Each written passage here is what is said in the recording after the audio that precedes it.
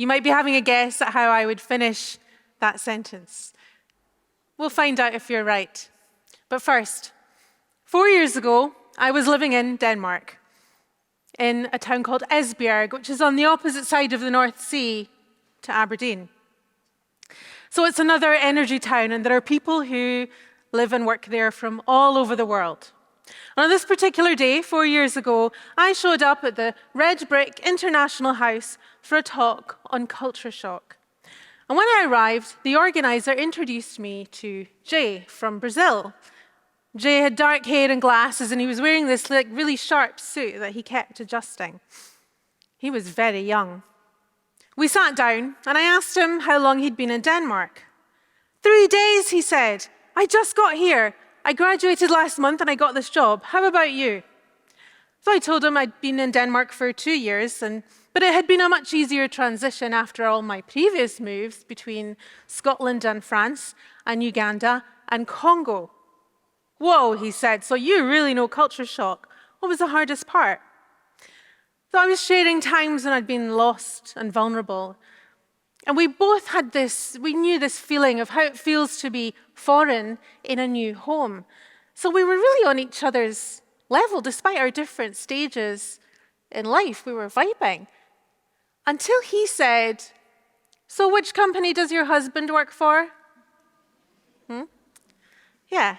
I kept smiling, but I was replaying the conversation in the back of my mind because, no, we had not covered whether I was married or working or why I was in the country. He had bundled all those assumptions into that one question.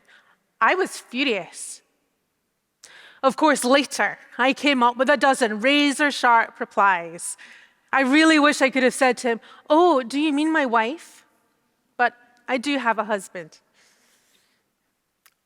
My good girl Britishness won out, and I answered his question. And then I got just a sliver of satisfaction when we found out that my husband, Michael, was Jay's new boss. Still, my new Gen Z friend had labeled me just by looking at me. I was an expat wife again, the love interest. How did my backstory lead to this? I came of age in the 90s, and I went to uni at a time when the number of women going to UK universities was overtaking the number of men. I bought my first flat in my 20s entirely with my own earnings. Yes, I wanted a love story, but not one with any kind of wife tropes. Well, I got the love story, and of course I wanted to spend the rest of my life with him, so I did go down the aisle, but in a short dress. Then, part one of my identity crisis, his company invited him to be globally mobile. Well, actually, I didn't hesitate. It would be like an extended gap year. I'd been a teacher for a decade, so I was ready for a career break. And then I could teach anywhere, so I wouldn't be dependent on Michael for long. So in 2009, we moved to Pau in southwest France to an apartment with a view of the Pyrenees. And at first, I did find myself on the sofa, flicking through TV channels, looking for something familiar until the sound of the lift in our building brought Michael home to me. But then I got to be a student again, studying French at the local university. And meanwhile, I avoided any invitations to socialize with the wives. I wasn't one of those. I didn't invite that label. No. Whether I invite them or have them stuck on me, labels are inevitably part of my identity. And labels have their uses, but they can be empowering. But lately, I've claimed writer and editor. I love working with words, and I can't help noticing how they fit together and where language comes from. I keep this trio of wordy mascots on my desk. That Lego model of me, with the coffee cup and the laptop and everything, it was made by my son years ago, and he's never claimed any of the pieces back, so I get to keep it. Anyway, our house is absolutely full of these Lego blocks. They're everywhere. And in every corner, there are models that show just what happens when you put a few of these blocks together. Just like when I'm working, I'm building meaning and stories with every word, creating something that's greater than the sum of its parts. Now, if I were to go back to being your English teacher just for a moment, and I were to ask you what kind of words these labels are, student, teacher, wife, I know you would shoot your hand up and you would tell me they're nouns. And I know you know that nouns are naming words, people, places, things, perhaps the simplest blocks of meaning. But unlike these blocks, words on their own are not neutral, and a simple label like wife is loaded with hidden assumptions. Part 2 of my identity crisis, don't worry, it's only a trilogy. Part 2 brought me more labels to contend with. Now, one thing in France had gone ridiculously smoothly, and we became a family of 4 within 2 years. And becoming parents together was a beautiful new chapter. But becoming a mum, with all the cultural baggage that brings, it was a more complicated label. And motherhood was the culture shock I was already up to my elbows in when I stepped out of Entebbe airport in Uganda with a toddler in my hand and a baby in my arm. Our driver, James, met me and welcomed me and led us to our black Toyota SUV. And Michael was already working in the country, so everything was set up for us. From the air-conditioned back seat, I watched as Boda Boda motorbikes swarmed around the car as we inched through busy traffic. And after nearly an hour, we arrived at our gated apartment complex with its pool and gym and views across the leafy suburbs of Kampala. The setting was exhilarating, but I was in an unfamiliar plot. At 7 every morning, the door to our apartment clicked shut when Michael left for work. And I lay a moment longer under the mosquito net, anxiety heavy in my gut. At 8, I opened the door to Sarah, our nanny. Now, I was determined to be a good expat, a good employer, and our baby loved Sarah.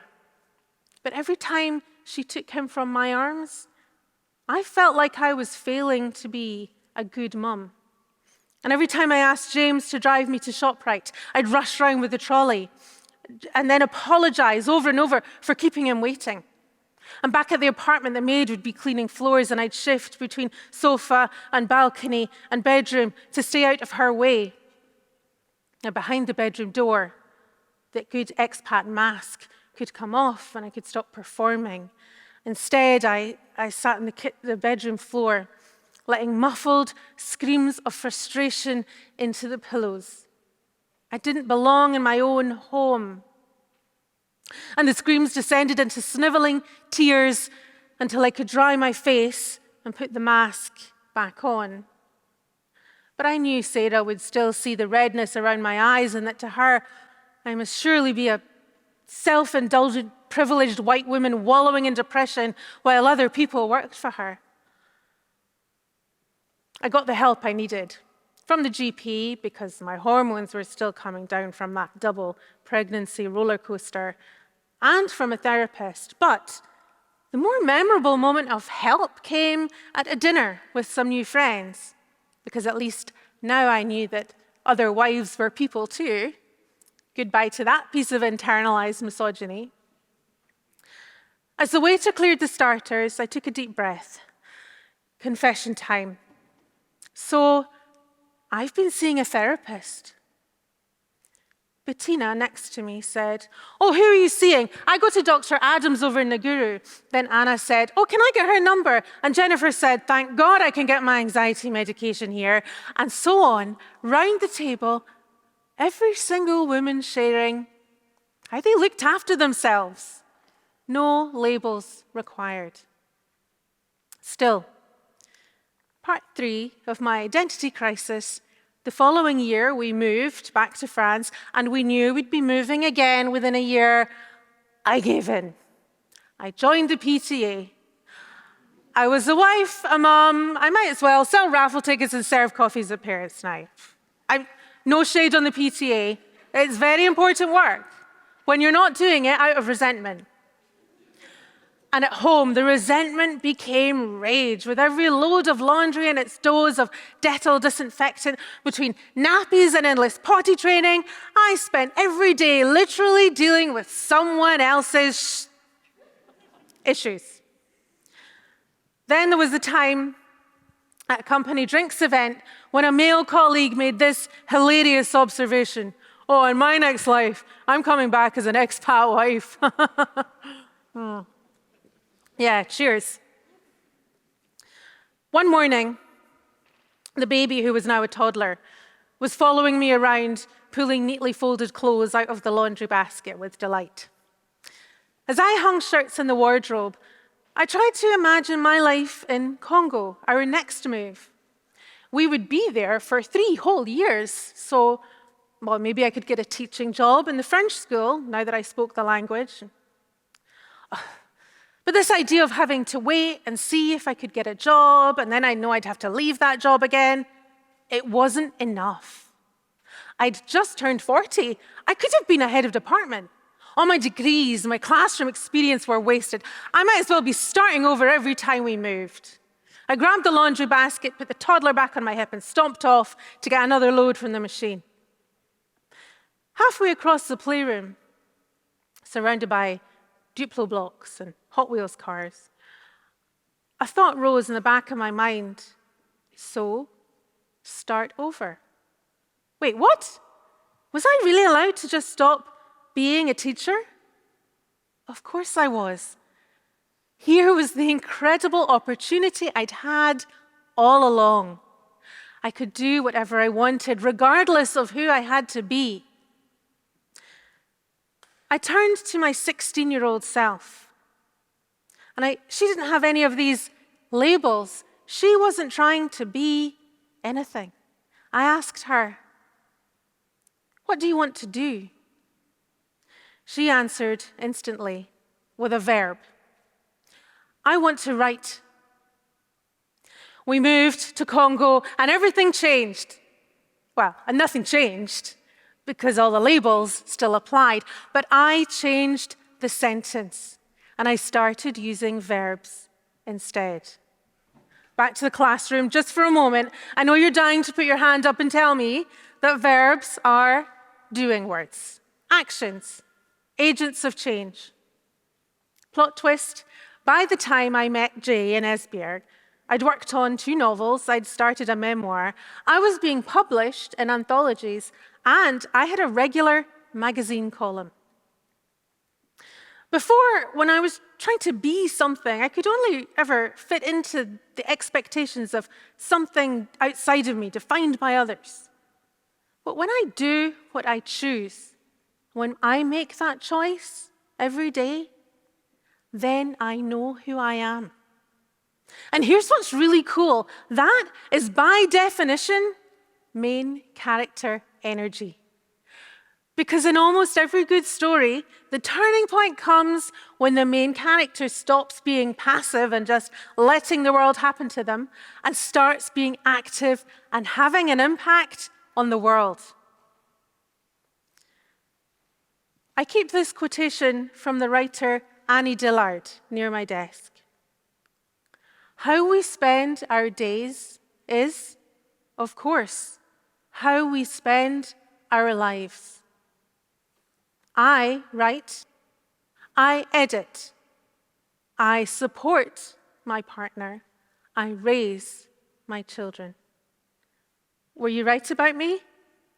Oh, you see, it doesn't matter because our stories are happening every day regardless of the labels they want to stick on us. You can choose your verbs. You can choose your next chapter. Thank you.